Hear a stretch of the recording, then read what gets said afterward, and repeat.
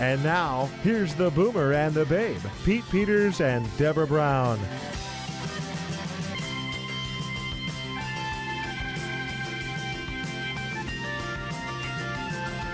So Robert, tell me something about music.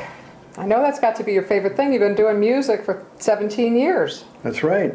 You know, music is a language that goes beyond the boundaries of how people speak. And I think it's one of the things that I can communicate with people with better than any other way. Now, in your business, of course, which is, tell me what it's called. DJ Music by Robert Wilson. DJ Music, and now, of course, I call you DJ Robert. That's fine. That's fine. It's sort of like Mr. Robert. That's okay. Mr. DJ. Mr. Right. DJ. Yeah. But I've been at a lot of events where you have been the DJ, and I know that you really love it. You do a great job. And I know that one of the things that people wait for is the right cue, and don't even know that it's a cue, but the right music comes up, like that baseball, that seventh inning stretch music comes up at the right times. Do you practice that sometimes? Just think, oh gosh, you know, I hope they do the right thing and I can hit that button. Well, I spend a lot of time ahead of time finding those songs, which I have in my library, about 15,000 of them.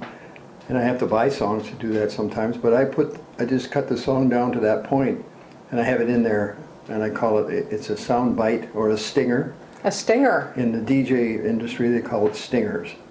And I have drum rolls and all kinds of things, and I have a lot of fun with that. Sort of like that ba-dum-bum thing that everybody's so familiar with, right? Yeah. And you've been doing it 17 years. Now, I'm sure you've done every kind of event known to man and woman, right? Mm-hmm. Do you like kids' events, or is that like the last thing you probably want to do? I like kids, but I can't keep up with the music, so I don't do those anymore. But I have all kinds of friends in my DJ association that do that type of music, so... Okay, so you don't do kids, but you do kids at heart, or the young at heart, as we call it. So, go ahead. If there's kids at an anniversary or a wedding, I've got a lot of music that will help them, but that's not my main forte. Right. Now, don't you find that if you're doing an event and it's kind of dragging for some reason, it's not you, but it's something that the energy is not right, you can fix that, right? Yeah, I can fix that. Sometimes I go out and talk to the people, find out what they really want, and sometimes I'm surprised.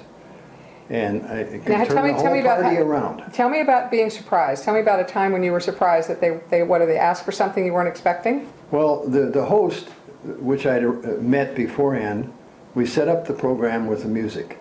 And they picked out music that they liked. But there were a lot of people in the audience who had other musical tastes.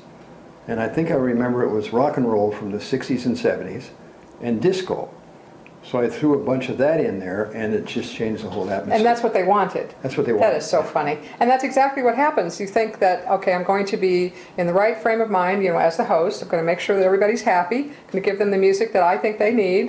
And all of a sudden you're like, wow, this is not working, Robert. Yeah. So you go and check with the people and get the right theme or the right kind of music going. Well, at most events there's a cocktail hour.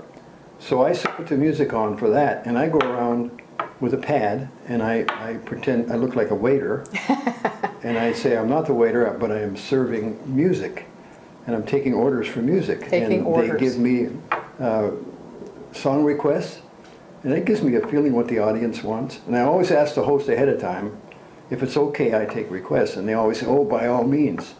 Like they think, well, I need some help here anyway. My guests are there, and I can't just play the music I like. Now, are some of the favorites like the YMCA song and the Macarena, and you know, are the ones that you just go, oh, if I hear that one more time? Yeah. Some people in the music business get tired of it. Well, some of those people that I play this for are not tired of it. They like it. They like the chicken dance. They like to do that stupid stuff. And so I just go in there and have all kinds of fun. Now, DJ Robert, we should not call the chicken dance stupid stuff on this film. Oh, I'm sorry. You know what I'm saying? Because there may be a chicken dance fancier that's going to see this video. Somebody from PETA, maybe. I was referring to the people who call it that, you know. But I think that music's fun and people like it, you know. The other one is the Hokey Pokey and some others that are absolute standards. You know, they're in your repertoire. The electric slide. Oh, I love the electric slide.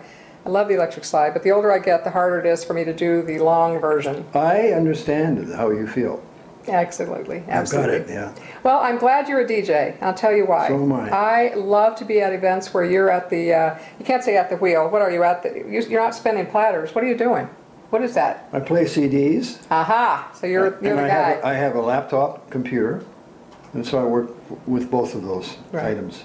And how'd you say 15,000 Songs. 15,000 songs? I love it. Thanks so much for telling me about it. Thank you very much You're for your welcome. kind words. Absolutely. Thanks you, Deborah.